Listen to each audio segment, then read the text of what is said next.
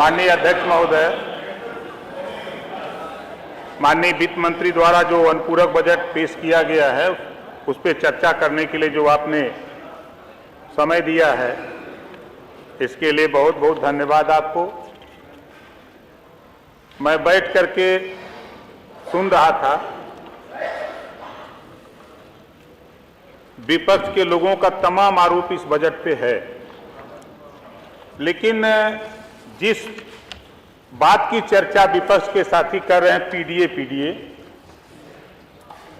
जितने लोग बोले हैं किसी के जबान पे एक बात नहीं आई कि अनुपूरक बजट में बधाई देना चाहिए था वित्त मंत्री जी को कि 300 करोड़ रुपया छात्रवृत्ति के लिए इन्होंने बिना मांगे दे दिया है। और अब तक अगर हम पिछले कार्यकाल में जाएं तो सभी बच्चों को छात्रवृत्ति नहीं मिलती थी। इसी सदन में कई बार कहते कहते बजट बढ़ाते बढ़ाते आज उस मुकाम तक पहुंच गया है कि आप धैर्य रखिए, जितने भी पिछड़ी जाति के बच्चे हैं सभी बच्चों को छात्रवृत्ति इस बार मिलेगी इस अनुपूरक बजट से। पहली बार इस लड़ाई को मैं बहुत लंबे समय से, आप लोग कभी इस पे चर्चा नहीं करते, नाम तो करते हैं पीडीए का, बीमारी जरा देखिए। हम माननीय मुख्यमंत्री जी भी हैं, वित्त मंत्री जी, हमारा एक सुझाव है, जो पिछड़ी जाति के बच्चों को छात्रवृत्ति में थोड़ी सी दिक्कत हो रही है आय प्रमाण पत्र में, उसमें शायद ये दिक्कत आप लोग दूर कर दिए होते ना तो उधर रहते,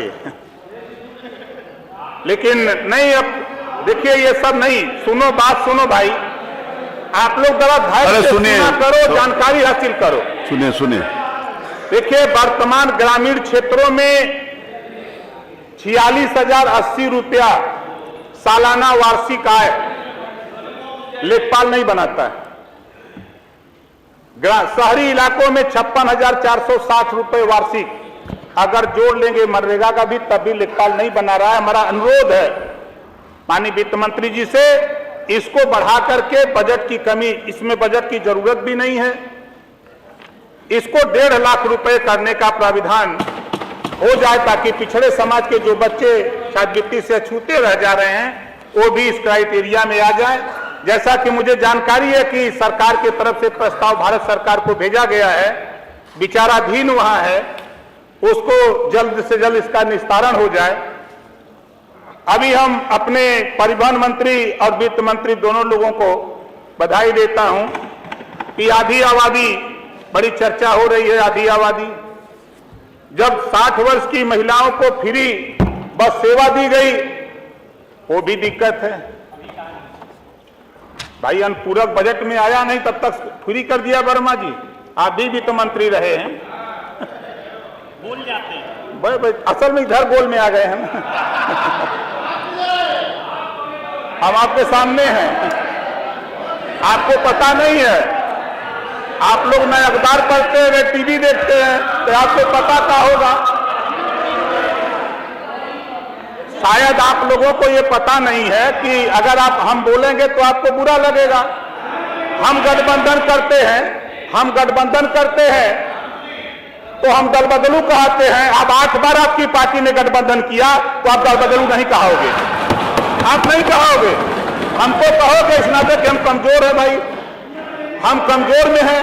आप तो बिना पेदी के हो नहीं, कभी कांग्रेस से, कभी सत्ता से, कभी बसपा से, कभी सुभाषपा से, कभी निषाद पार्टी से करोगे तब तो नहीं कहोगे, लेकिन हमको तो जरूर कहोगे, क्योंकि जतियों में हम छोट हैं, जतिया में आप बड़े हो, उम्र में बड़े हो, सत्ता में रहो, इस नाते चाहे जिसको जो कह लो, लेकिन आपकी नाकामी के वजह से जो 38% पिछड़ा था वो भारतीय जनता पार्टी के साथ खड़ा हुआ है। इसके वजह से देश और प्रदेश में सरकार, इसको स्वीकार करो। आज जिस पीडीए की चर्चा हो रही है आप कर रहे हो, क्यों कर रहे हो? सत्ता थी तब तो पीडीए नहीं याद आया, तब जातिवार जनगणना याद नहीं आई, अब आज याद आ रहा है सब कुछ। हमारे भाई आशीष पटेल जी ने कहा, मंत्री जी ने बहुत सही बात कहा है दोनों कि 4 बार की सरकार में एक बार भी सदन में, सपा की सरकार में एक बार भी जातिवार जनगणना की चर्चा नहीं हुई है। उठा के रिकॉर्ड निकाल के देख लीजिएगा, जो मुझे जानकारी है ओम प्रकाश राजभर जब आपकी गोल में गया, जब बोलने लगा तब समझ में आपको भी आया, तब समझ में आया, नहीं तो नहीं समझ में आ रहा था। और आप हमारी बात को नहीं समझ पाए, आप हमारी बात को नहीं समझ पाए। माननीय नेता पद पर बैठे हैं, मैं वैसे नहीं भागने वाला हूं। तलाक भिजवा दिया था, इस नाते मैंने कबूल कर लिया था।